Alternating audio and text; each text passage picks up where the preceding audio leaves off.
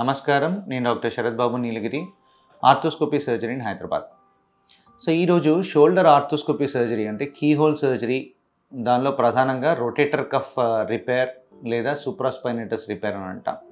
ఈ రిపేర్ తర్వాత రికవరీ గురించి డిస్కస్ చేద్దాం. సో ఈ రొటేటర్ కఫ్ టేర్స్ అంటే ఈ 4 మజిల్స్ ఉంటాయి. సూప్రాస్పైనేటస్, ఇన్ఫ్రాస్పైనేటస్, సబ్స్కాపులారిస్, టెరిస్ మైనర్ అనే 4 మజిల్స్ కలిపి ఒక కఫ్ లాగా ఫామ్ అయ్యి మనకు భుజం ఎముక మీద అతుక్కుంటాయి అన్నమాట.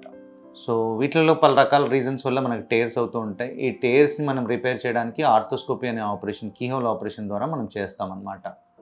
సో వీళ్ళలో రికవరీ ఎలా ఉంటుంది?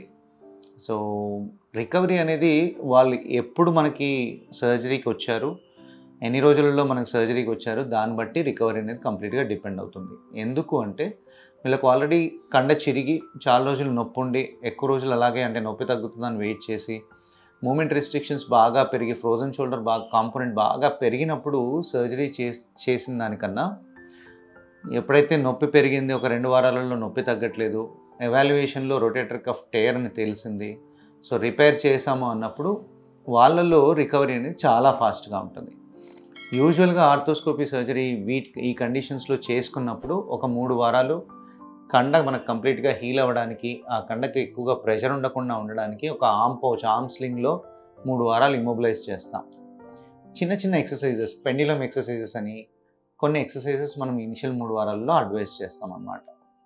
3 వారాల తర్వాత over head activities like exercises అవన్నీ ఎంకరేజ్ చేస్తాం. సో ఇది నార్మల్ ప్రోటోకాల్ అన్నమాట. సో వీళ్ళలో రికవరీ అనేది సర్జరీ అప్పుడు ఎలా ఉంది షోల్డర్, దాన్ని బట్టి డిపెండ్ అవుతుంది. ఫ్రోజన్ షోల్డర్ ఉన్న వాళ్ళు ఎవరికైతే మూమెంట్స్ యూజువల్గా అంటే ఈ ఎక్స్టర్నల్ రొటేషన్ కానీ, ఇంటర్నల్ రొటేషన్ కానీ, చేయి పైకెత్తడానికి బాగా ఇబ్బంది ఉండి బిగుసుకుపోయిన వాళ్ళకి ఆపరేషన్ చేసినప్పుడు ఫస్ట్ ఆ అడేషన్స్ అన్ని రిలీజ్ చేయడానికి సర్జరీ చేస్తాం. చేసి తర్వాత ఈ షోల్డర్ రొటేటర్ కఫ్ రిపేర్ చేస్తాం అన్నమాట. వాళ్ళలో కూడా ఇలాగే 3 వారాలు మళ్ళీ ఇమ్మొబిలైజ్ చేస్తాం కాబట్టి ఫ్రోజన్ షోల్డర్ వెంటనే రికవర్ అవ్వకుండా కొంచెం డిలే అవుతుందన్నమాట. నొప్పి వీళ్ళకి నార్మల్ పర్సన్స్ ఎవరైతే తొందరగా చేసుకున్న వాళ్ళలో రికవరీ లాగానే నొప్పి కొంచెం తగ్గుతుంది 3 వారాల్లో. కానీ స్టిఫ్నెస్ వల్ల ఉండే నొప్పి, ఫ్రోజన్ షోల్డర్ వల్ల ఉండే నొప్పి వాళ్ళకి ఎక్కువ రోజులు కంటిన్యూ అవ్వడానికి అవకాశం ఉంటుంది. సో దానివల్ల వీళ్ళకి ఒక నార్మల్గా షోల్డర్ ఆర్థోస్కోపీ చేసిన వాళ్ళకి, రొటేటర్ కఫ్ ఉన్న వాళ్ళకి ఒక 2 నెలల్లో కంప్లీట్గా రికవరీ ఉంటే, ఫ్రోజన్ షోల్డర్ కాంపోనెంట్ ఎక్కువగా ఉన్న వాళ్ళలో మనకు 6 నెలల వరకు రికవరీ ఎక్కువయ్యే అవకాశం ఉంటుందన్నమాట. సో వీటిని ప్రధానంగా ఎవాల్యుయేట్ చేసుకోవడమే చాలా చాలా ఇంపార్టెంట్. చాలామంది ఏంటంటే భుజంకి సంబంధించిన సమస్య కాబట్టి వాళ్ళ యాక్టివిటీస్కి ఎక్కువగా రిస్ట్రిక్షన్ ఉండకుండా ఈ మూమెంట్స్లోనే పనులు జరిగిపోతాయి కాబట్టి చాలామంది నెగ్లెక్ట్ చేస్తూ ఉంటారు, చాలా డిలే చేస్తూ ఉంటారు. దానివల్ల ఫ్రోజన్ షోల్డర్ కాంపోనెంట్ ఎక్కువ అయిపోయిన తర్వాత దాన్ని ఎవాల్యుయేట్ చేసుకోవడానికి వచ్చినప్పుడు ఈ రొటేటర్ కఫ్లో టేర్ ఉందని మనకి ఎంఆర్ఐలో తెలుస్తుంది.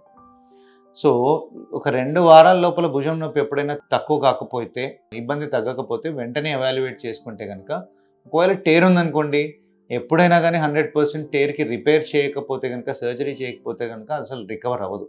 మీరు ఎంత ఫిజియోథెరపీ చేసినా కానీ, ఎన్ని మెడికేషన్స్ వాడినా కానీ ఆటోమేటిక్గా అది హీల్ అయ్యే తత్వం దానికి లేదనమాట.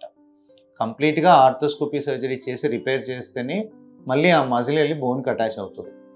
సో దీని గురించి డిలే చేయడం వల్ల అయితే అడ్వాంటేజ్ ఉండదు. సో నొప్పి ఒక వారం 10 రోజుల్లో తగ్గట్లేదు అంటే కనుక ఎవాల్యుయేట్ చేసుకుని ప్రాపర్గా రూల్ అవుట్ చేసుకుని, చిన్న ప్రాబ్లం అయితే కనుక మెడిసిన్స్, ఎక్సర్సైజెస్ వీటితోనే సరిపోతుంది. టేర్ ఉంటే కనుక కంప్లీట్గా రిపేర్ చేసుకుంటేనే తొందరగా రికవర్ అవుతారు.